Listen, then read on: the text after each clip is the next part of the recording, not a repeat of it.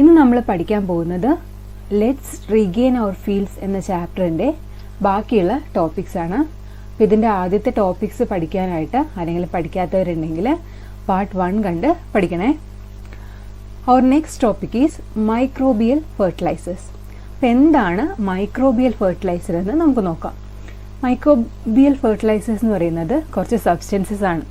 അവയുടെ പ്രത്യേകത എന്താ വെച്ചാൽ ആ സബ്സ്റ്റൻസസിൽ എന്ത് സാധനം ഉണ്ടാവും? മൈക്രോ ഓർഗാനിസംസ് ഉണ്ടാവും. മൈക്രോ ഓർഗാനിസംസ് നമ്മൾ ഓൾറെഡി മൈക്രോ ഓർഗാനിസംസിൻ്റെ അഡ്വാൻറ്റേജ് പഠിച്ചു കഴിഞ്ഞു അല്ലേ? മൈക്രോ ഓർഗാനിസംസ് സോയിൽ ഉണ്ടെങ്കിൽ എന്തൊക്കെ അഡ്വാൻറ്റേജസ് ഉണ്ടാവാം? It will increase the soil fertility. Micro ഓർഗാനിസംസിൽ കുറച്ച് കാര്യങ്ങളുണ്ട്. അവ എന്ത് ചെയ്യും? നമ്മുടെ പ്ലാന്റ് ഗ്രോത്തിനും അതേപോലെ സോയിൽ ഫാക്ടേഴ്സിനൊക്കെ എൻഹാൻസ് ചെയ്യാൻ പറ്റിയ കുറച്ച് കാര്യങ്ങൾ എന്തിലുണ്ട്? മൈക്രോ ഓർഗാനിസംസിലുണ്ട്. അപ്പോൾ ഈ മൈക്രോബിയൽ ഫെർട്ടിലൈസേഴ്സിൽ എന്ത് അടങ്ങിയിട്ടുണ്ടാവും? Micro organisms അടങ്ങിയിട്ടുണ്ടാവും. അതാണ് എന്ത് ചെയ്യുക? സോയിലിൻ്റെ ഫെർട്ടിലിറ്റീനെ ഇൻക്രീസ് ചെയ്യുക. അപ്പോൾ നിങ്ങൾക്ക് മൈക്രോബിയൽ ഫെർട്ടിലൈസേഴ്സിനൊക്കെ എക്സാമ്പിളാണ് അസോള. അസോള നിങ്ങൾ കേട്ടിട്ടുണ്ടോ? ഒരു തരം എക്വാട്ടിക് ഫേൺ ആണ്. ഫേൺ എന്ന് പറഞ്ഞാൽ എന്താ? പന്നൽ ചെടി എന്നൊക്കെ പറഞ്ഞു കേട്ടിട്ടുണ്ടോ? നമ്മളെ വയലിലും തോട് ചെറിയ കുളങ്ങളൊക്കെ ഉണ്ടെങ്കിൽ അവിടെ ഇങ്ങനെ ഗ്രീൻ കളറിലുള്ള പ്ലാന്റ്സ് കണ്ടിട്ടില്ലേ? ആ പ്ലാന്റിന് പറയുന്ന പേരാണ് അസോള.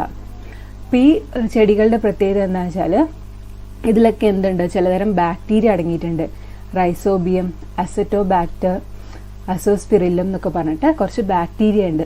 അപ്പോൾ അവയുടെ അഡ്വാൻറ്റേജ് എന്താണെന്ന് വെച്ചാൽ നമുക്കറിയാം ഇവയ്ക്കൊക്കെ എന്തിനുള്ള കഴിവുണ്ട്? നൈട്രജനെ അബ്സോർബ് ചെയ്യാനുള്ള കഴിവുണ്ട്. അതായത് ഇങ്ങനത്തെ സാധനങ്ങൾ നമ്മളെ സോയിലിൽ ഉണ്ടായിക്കഴിഞ്ഞാൽ നമുക്ക് എന്ത് പറ്റും? സോയിലിലെ നൈട്രജൻ കണ്ടന്റ് ഇൻക്രീസ് ചെയ്യും, thereby increasing the soil fertility. Okay, നമ്മൾ ഇത്രേ പറഞ്ഞിട്ടുള്ളൂ. Microbial fertilisers are substances that contain micro organisms which help to increase the soil fertility. ഇനി എന്താ advantage? The presence of microbes enhance the increase in soil factors and thereby increase the plant growth. Then bacteria like rhizobium, acetobacter, azospirillum and aquatic plants like azolla can be used to increase the nitrogen content in the soil. ഇനി നമ്മൾ പറയാൻ പോകുന്നത് ഈ microbial fertilisers നമ്മൾ use ചെയ്യുമ്പം എന്തൊക്കെ കാര്യങ്ങളാണ് നമ്മൾ ശ്രദ്ധിക്കേണ്ടത്? What are the things to be taken care of while using microbial fertilizers? നമുക്കറിയാം മൈക്രോബിയൽ ഫെർട്ടിലൈസേഴ്സിൽ എന്താ ഉള്ളത്? മൈക്രോ ഓർഗാനിസംസ് ആണ് അല്ലേ? അപ്പോൾ അതുകൊണ്ട് തന്നെ നമ്മൾ എന്ത് ചെയ്യാൻ പാടില്ല? മൈക്രോബിയൽ ഫെർട്ടിലൈസേഴ്സ് ഉപയോഗിക്കുന്ന സമയത്ത് കെമിക്കൽ ഫെർട്ടിലൈസേഴ്സോ കെമിക്കൽ പെസ്റ്റിസൈഡ്സ് ഒന്നും ഉപയോഗിക്കാൻ പാടില്ല. പിന്നെ എന്താണ്? സോയിൽ എന്ത് ഫെർട്ടിലൈസർ ഉപയോഗിക്കാൻ പാടുള്ളൂ? ബയോ ഫെർട്ടിലൈസേഴ്സ് മാത്രമേ ഉപയോഗിക്കാൻ പാടുള്ളൂ. കൂടാതെ എന്ത് വേണം? സോയിലിന് പ്രോപ്പർ ഇറിഗേഷനും കൊടുക്കണം. നല്ല വെള്ളം ഉണ്ടെങ്കിൽ മാത്രമേ ഈ മൈക്രോബിയൽ ഫെർട്ടിലൈസേഴ്സ് ഉപയോഗിച്ചിട്ടുള്ള പ്ലാന്റ് ഗ്രോത്ത് സാധ്യമാവുള്ളൂ. അപ്പം നമുക്ക് നോക്കാം എന്തൊക്കെ കാര്യങ്ങളാണ് ശ്രദ്ധിക്കേണ്ടത്. ഫസ്റ്റ് വൺ എന്ന് പറയുന്നത് ensure the availability of bio fertiliser in the soil. സോയിലിൽ ആവശ്യത്തിന് ബയോ ഫെർട്ടിലൈസേഴ്സ് ഉണ്ട് എന്നുള്ള കാര്യത്തിൽ നമ്മൾ ആദ്യം ഉറപ്പുവരുത്തണം. That is ensure the availability of bio fertilisers. Next one is provide proper irrigation. നല്ലവണ്ണം വെള്ളം കൊടുത്താൽ മാത്രമേ എന്ത് ചെയ്യാൻ പറ്റുള്ളൂ? മൈക്രോബിയൽ ഫെർട്ടിലൈസേഴ്സിന് അതിൽ മൈക്രോ ഓർഗാനിസത്തിന് അതിൽ എക്സിസ്റ്റ് ചെയ്യാൻ പറ്റുള്ളൂ.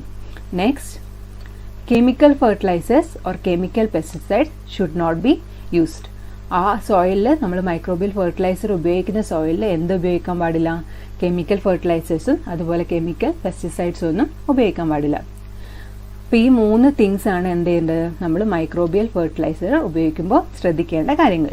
ഡിസ്കസ് ചെയ്യാൻ പോകുന്നത് നമ്മുടെ അൺസയൻറ്റിഫിക് ആപ്ലിക്കേഷൻ കെമിക്കൽ ഫെർട്ടിലൈസേഴ്സ് നമ്മൾ അൺസയൻറ്റിഫിക് ആയിട്ട് ഉപയോഗിച്ച് കഴിഞ്ഞിട്ടുണ്ടെങ്കിൽ എന്തൊക്കെ കോൺസിക്വൻസസ് ആണ് സംഭവിക്കാൻ പോകുന്നതെന്നാണ്.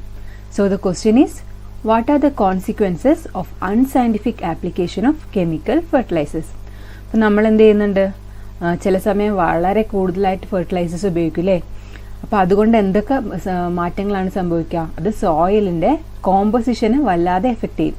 So first point is composition of soil. നമ്മൾ ഫെർട്ടിലൈസേഴ്സ് ധാരാളം മണ്ണിലിടുമ്പോൾ എന്ത് പറ്റും? മണ്ണിലെ പല ഘടനയ്ക്ക് തന്നെ മാറ്റം വരില്ലേ? അതിൽ പല സംഭവങ്ങളും ഇല്ലാതാവും. അപ്പോൾ അതെന്താ ചെയ്യുക? സോയിലിൻ്റെ ഫെർട്ടിലിറ്റി കുറയുന്നതിന് കാരണമാവും അല്ലേ? ഇപ്പോൾ കുറേ കാലം നമ്മൾ ഈ ഫെർട്ടിലൈസേഴ്സ് ഇട്ടുകൊണ്ടിരുന്ന എന്ത് പറ്റും? കുറച്ച് കഴിയുമ്പോൾ മണ്ണിൽ യാതൊരു ഫലപുഷ്ടി ഇല്ലാണ്ടാവും. നമ്മൾ എന്ത് ചെയ്യേണ്ടി വരും? കൂടുതൽ ഫെർട്ടിലൈസേഴ്സ് ഫലപുഷ്ടി കൂട്ടാനായിട്ട് ഇടേണ്ടി വരും. So while using large amount of chemical fertilizers, it will affect the composition of soil and it will reduce the soil fertility. So we have to use large amount of fertilizers to improve the soil fertility. First point എന്ന് പറയുന്നത് composition of soil ആണ്. നോക്കിക്കേ, it will reduce the soil fertility, so large amount of fertilizers are required. And cost for chemical fertilizers increases. നമ്മൾ എന്ത് ചെയ്യേണ്ടി വരും? സോയിലിൽ കുറേ amount fertiliser ഇട്ടുകൊണ്ടിരുന്നാൽ മാത്രമേ എന്ത് പറ്റുള്ളൂ, പിന്നെ ഒരു ചെടി ആ മണ്ണിൽ കൊണ്ട് നട്ടാൽ വളരുള്ളൂ.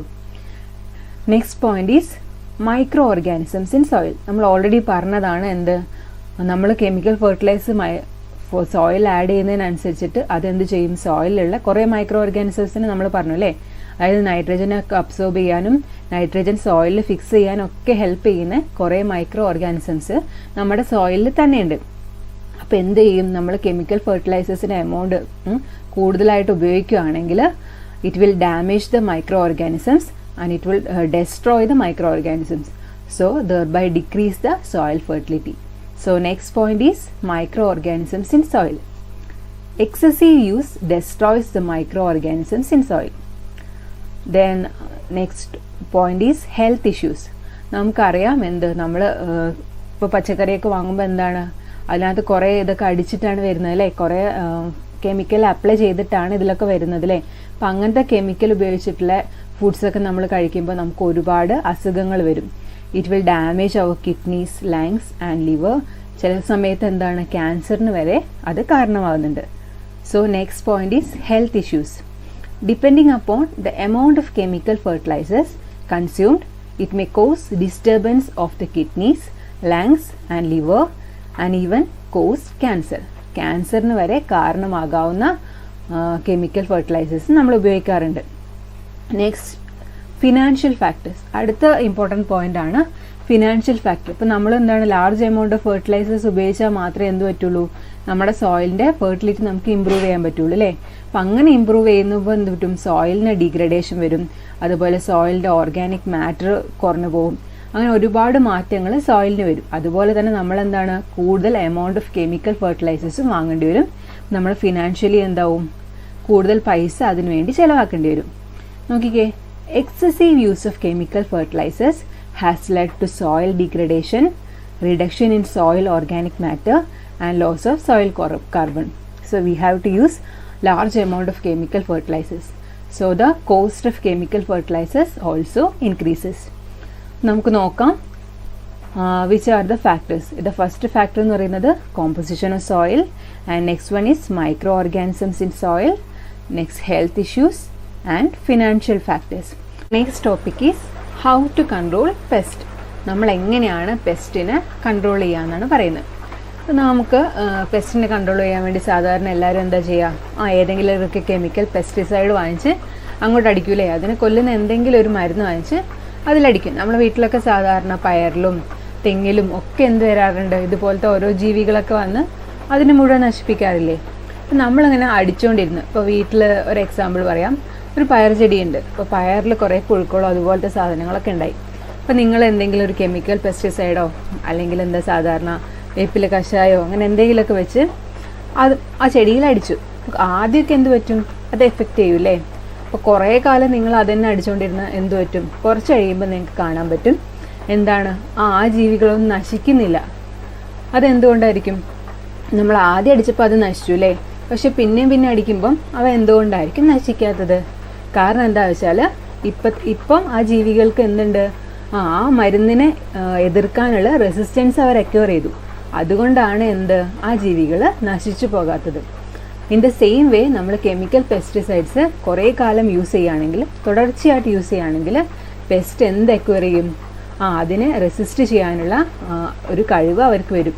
അങ്ങനെ അപ്പം നമ്മൾ എന്ത് ചെയ്യേണ്ടി വരും, കൂടുതൽ ക്വാണ്ടിറ്റി ഓഫ് പെസ്റ്റിസൈഡ്സ് അടിച്ചുകൊണ്ടിരിക്കും അല്ലേ. അങ്ങനത്തെ എക്സസീവ് ആപ്ലിക്കേഷൻ വരുമ്പോൾ നമുക്ക് എന്തറിയാം, അത് ചെയ്യും, ഒരുപാട് എൻവയോൺമെൻറ്റൽ ആൻഡ് ഹെൽത്ത് ഇഷ്യൂസിന് കാരണമാവും അല്ലേ. നമ്മൾ എങ്ങനെയാണ് കൺട്രോൾ ചെയ്യുക എന്നാണ് പഠിക്കാൻ പോകുന്നത്. So chemical pesticides destroy the pest totally. നമുക്കറിയാം കെമിക്കൽ പെസ്റ്റിസൈഡ്സ് ഉപയോഗിക്കുമ്പോൾ ആദ്യമൊക്കെ എന്താവും, പെസ്റ്റ് മുഴുവൻ ടോട്ടലായിട്ട് നശിച്ചു പോകും. But when the pest acquire resistance, the quantity of pesticides has to be increased. പക്ഷെ കുറച്ച് കഴിയുമ്പോൾ എന്ത് പറ്റും, പെസ്റ്റ് എന്ത് ചെയ്യും, അതിനെതിരെ റെസിസ്റ്റൻസ് സെക്യൂർ ചെയ്തിട്ടുണ്ടാവും. അപ്പോൾ നമുക്ക് കൂടുതൽ ക്വാണ്ടിറ്റി ഓഫ് പെസ്റ്റിസൈഡ്സിനെ ഇൻക്രീസ് ചെയ്യേണ്ടി വരും. The excessive application of chemical pesticides causes many environmental and health issues. നമ്മളിങ്ങനെ കൂടുതലായി അപ്ലൈ ചെയ്തുകൊണ്ടിരുന്നാൽ എന്ത് പറ്റും, നമ്മളെ എൻവയോൺമെൻറ്റിനും അതുപോലെ ഹെൽത്തിനും അത് കുറേ പ്രോബ്ലംസ് ഉണ്ടാക്കും. നമുക്ക് കെമിക്കൽ പെസ്റ്റിസൈഡ്സ് അധികം ഉപയോഗിച്ചിട്ട് എന്ത് ചെയ്യാൻ പറ്റില്ല, പെസ്റ്റിനെ കൺട്രോൾ ചെയ്യാൻ പറ്റില്ല. അപ്പോൾ അതിന് റെമഡി ആയിട്ട് നമ്മൾ എന്തെങ്കിലും നാച്ചുറൽ ആയിട്ടുള്ള മെത്തേഡ്സ് അഡോപ്റ്റ് ചെയ്തേ പറ്റുള്ളൂ അല്ലേ. അപ്പം അങ്ങനെയുള്ള നാച്ചുറൽ ആയിട്ടുള്ള കുറച്ച് എനിമീസ് ഉണ്ട്, പെസ്റ്റിന് കുറച്ച് എനിമീസ് ഉണ്ട്. അപ്പോൾ നമ്മൾ എന്ത് ചെയ്യും, അങ്ങനെയുള്ള എനിമീസിനെ കൊണ്ട് എന്ത് ചെയ്യും, പെസ്റ്റിനെ കൺട്രോൾ ചെയ്യും. അങ്ങനത്തെ എനിമീസാണ് ആരൊക്കെ, predators, parasites and pathogens of pest. പെസ്റ്റിനെ തിന്നുന്നത് പോലെ ബേർഡ്സ് അല്ലേ, ചില കിളികളൊക്കെ വന്നിട്ട് നമ്മളെ ചെടിയിലുള്ള ഈ പുഴുക്കളെയൊക്കെ തിന്നുന്ന കണ്ടിട്ടില്ലേ. അപ്പം അതുപോലെയുള്ള ബേർഡ്സിനെ നമ്മൾ പ്രിഡേറ്റേഴ്സ് എന്ന് പറയും. അതുപോലെ തവളയൊക്കെ പിടിക്കുന്ന കണ്ടിട്ടുണ്ടാവും അല്ലേ. തവള, ചെറിയ വണ്ടുകളൊക്കെ എന്ത് ചെയ്യാറുണ്ട്, ഈ പെസ്റ്റിനെയൊക്കെ പിടിച്ച് അവയുടെ എമൗണ്ട്, അവയുടെ അളവ് കുറയ്ക്കാൻ സഹായിക്കാറുണ്ട് അല്ലേ. Such kind of predators, parasites and pathogens of പെസ്റ്റിനെയാണ് നമ്മൾ എന്ത് പറയുന്നത്, are called natural enemies of pest. So natural enemies of pest ആരൊക്കെയാണ്, predators, parasites and pathogens. Next we are going to study what is IPM. IPM എന്ന് പറഞ്ഞാൽ integrated pest management. Integrated pest management അല്ലെങ്കിൽ IPM എന്ന് പറയുന്നത് is an eco friendly മെത്തേഡാണ്. Eco friendly method എന്തിനുള്ളത്, to control pest. പെസ്റ്റിനെ control ചെയ്യാനുള്ള ഒരു എക്കോ ഫ്രണ്ട്ലി മെത്തേഡാണ് IPM അല്ലെങ്കിൽ ഇൻറ്റഗ്രേറ്റഡ് പെസ്റ്റ് മാനേജ്മെൻറ്റ് എന്ന് പറയുന്നത്. അപ്പോൾ ഇതിനൊക്കെ ഒരുപാട് അഡ്വാൻറ്റേജസ് ഉണ്ട്, അപ്പോൾ നമുക്ക് വഴിയെ പഠിക്കാം. ഒരു മെയിൻ അഡ്വാൻറ്റേജ് എന്താ വെച്ചാൽ ഇവ എൻവയോൺമെൻറ്റിന് യാതൊരു അഡ്വേഴ്സ് ആയിട്ടുള്ള എഫക്റ്റും ഇല്ലാതെയാണ് പെസ്റ്റിനെ കൺട്രോൾ ചെയ്യുക. അത് ഫസ്റ്റ് അഡ്വാൻറ്റേജ് ആണ്. പിന്നെ എങ്ങനെയാണ് കൺട്രോൾ ചെയ്യുക വെച്ചാൽ അവ എന്തിനെ പ്രിവെൻറ്റ് ചെയ്യും, പെസ്റ്റിൻ്റെ മൾട്ടിപ്ലിക്കേഷനെ പ്രിവെൻറ്റ് ചെയ്യും. മൾട്ടിപ്ലിക്കേഷന് പ്രിവെൻറ്റ് ചെയ്യാൻ വേണ്ടിയിട്ട് അത് കുറേ മെത്തേഡ്സ് അപ്ലൈ ചെയ്യും. ഈ മൾട്ടിപ്ലിക്കേഷന് പ്രിവെൻറ്റ് ചെയ്തിട്ട് എന്ത് ചെയ്യും, ഈ പെസ്റ്റിനെ കൺട്രോൾ ചെയ്യും. അങ്ങനെ ഈ IPM അതായത് ഇൻറ്റഗ്രേറ്റഡ് പെസ്റ്റ് മാനേജ്മെൻറ്റ് വെച്ച് കൺട്രോൾ ചെയ്യുമ്പോൾ നമ്മുടെ ക്രോപ്പിന്, നമ്മൾ നട്ടിരിക്കുന്ന ക്രോപ്പ് ഏതാണോ അതിന് യാതൊരു എഫക്റ്റും ഉണ്ടാവില്ല. ക്രോപ്പിന് ലോസ് ഒന്നും ഇല്ലാതെയാണ് അതെന്ത് ചെയ്യുക, പെസ്റ്റിനെ കൺട്രോൾ ചെയ്യുക. സാധാരണ IPMൽ യൂസ് ചെയ്യുക കെമിക്കൽ പെസ്റ്റിസൈഡ്സ് ഒന്നും യൂസ് ചെയ്യില്ല, പകരം എന്ത് ചെയ്യും, ബയോ പെസ്റ്റിസൈഡ്സ്, അതുപോലെ നാച്ചുറൽ എനിമീസ് നമ്മളിപ്പോൾ പറഞ്ഞില്ലേ, പാരസൈറ്റ്സ്, പ്രിഡേറ്റേഴ്സ്, അതുപോലെയുള്ള നാച്ചുറൽ എനിമീസിനെ വെച്ച് പെസ്റ്റിനെ കൺട്രോൾ ചെയ്യും. ബയോ പെസ്റ്റിസൈഡ്സ് ഉപയോഗിച്ചിട്ട് പെസ്റ്റിനെ കൺട്രോൾ ചെയ്യും. അതുപോലെ മെക്കാനിക്കലായിട്ട് പെസ്റ്റ് കൺട്രോളിന് എന്തെങ്കിലും മെത്തേഡ്സ് വേണമെങ്കിൽ അതും അഡോപ്റ്റ് ചെയ്യുന്ന ഒരു എക്കോ ഫ്രണ്ട്ലി മെത്തേഡാണ് ഈ IPM എന്ന് പറയുന്നത്. So IPM is an eco-friendly method to control the pests without disturbing the environment. എൻവയോൺമെൻറ്റിനെ ഡിസ്റ്റർബ് ചെയ്യാതെ എക്കോ ഫ്രണ്ട്ലി ആയിട്ട് പെസ്റ്റിനെ കൺട്രോൾ ചെയ്യുന്ന ഒരു മെത്തേഡാണ് IPM എന്ന് പറയുന്നത്. നെക്സ്റ്റ് അതെങ്ങനെയാണ് കൺട്രോൾ ചെയ്യുക, it tries to prevent the multiplication of pest and limit their number without loss of crop. മൾട്ടിപ്ലിക്കേഷന് പ്രിവെൻറ്റ് ചെയ്തിട്ട് അവയുടെ നമ്പർ ലിമിറ്റ് ചെയ്യും. അതുപോലെ ഇതൊരു ഇമ്പോർട്ടൻറ്റ് പോയിൻ്റ് ആണ്, നമ്മുടെ ക്രോപ്പിന് യാതൊരു വിധത്തിലുള്ള ലോസും ഉണ്ടാവില്ല. The next point is, this is done by reducing the use of chemical pesticides and encouraging the application of biopesticides, natural enemies of pest and mechanical pest control methods, etc. So important question ആണ്, what is integrated pest management? Integrated pest management എന്താണെന്ന് എഴുതുമ്പോൾ നമ്മൾ എന്ത് ചെയ്യണം, ഈ 3 points mention ചെയ്യണം.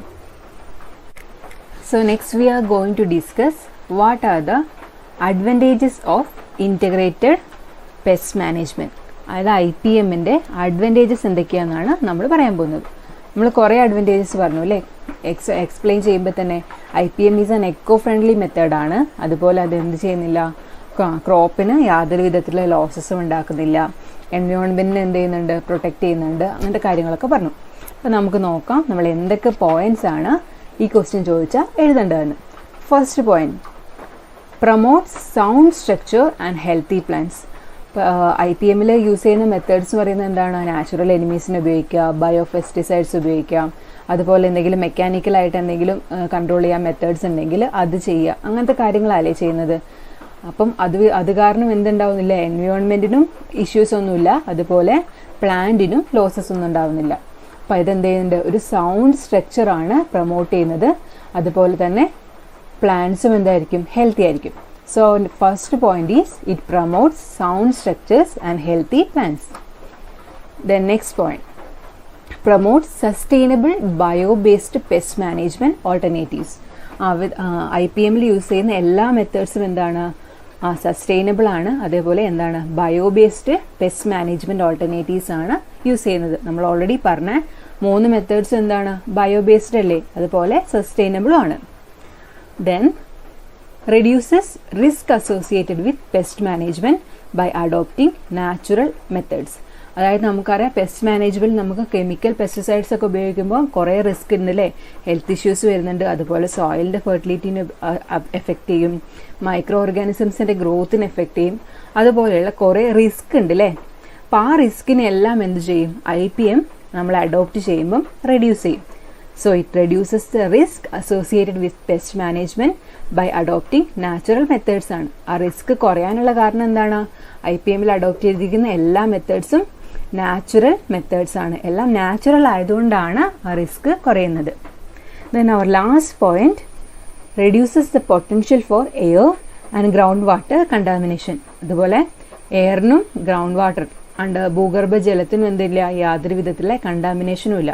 നമ്മൾ chemical fertilisers ഉപയോഗിക്കുമ്പോൾ എന്ത് പറ്റും, അന്തരീക്ഷവും മലിനമാവും. അതേപോലെ ഇവ ഒഴുകി അടുത്തുള്ള പുഴയിലും അവിടേക്ക് എത്തിക്കഴിഞ്ഞാൽ എന്താവും, അവിടുത്തെ വെള്ളവും ചീത്തയാവും, അതുപോലെയുള്ള അവിടുത്തെ മീനുകളൊക്കെ ചത്തുപോകും, തുടങ്ങിയ പ്രശ്നങ്ങളൊക്കെ ഉണ്ടാവില്ലേ. നമ്മൾ IPM മെത്തേഡാണ് ഉപയോഗിക്കുന്നതെങ്കിൽ എന്തുണ്ടാവില്ല, എയറിനെയും ഗ്രൗണ്ട് വാട്ടറിനെയും ഒന്നും ഇത് കണ്ടാമിനേറ്റ് ചെയ്യില്ല. These are the advantages of IPM. വളരെ ഇമ്പോർട്ടൻ്റ് ആണ്. What is IPM, then what are the advantages of IPM. So advantages, it promotes sound structures and healthy plants, then promotes sustainable bio-based pest management alternatives, reduces risk associated with pest management, then last point, reduces the potential for air and groundwater contamination.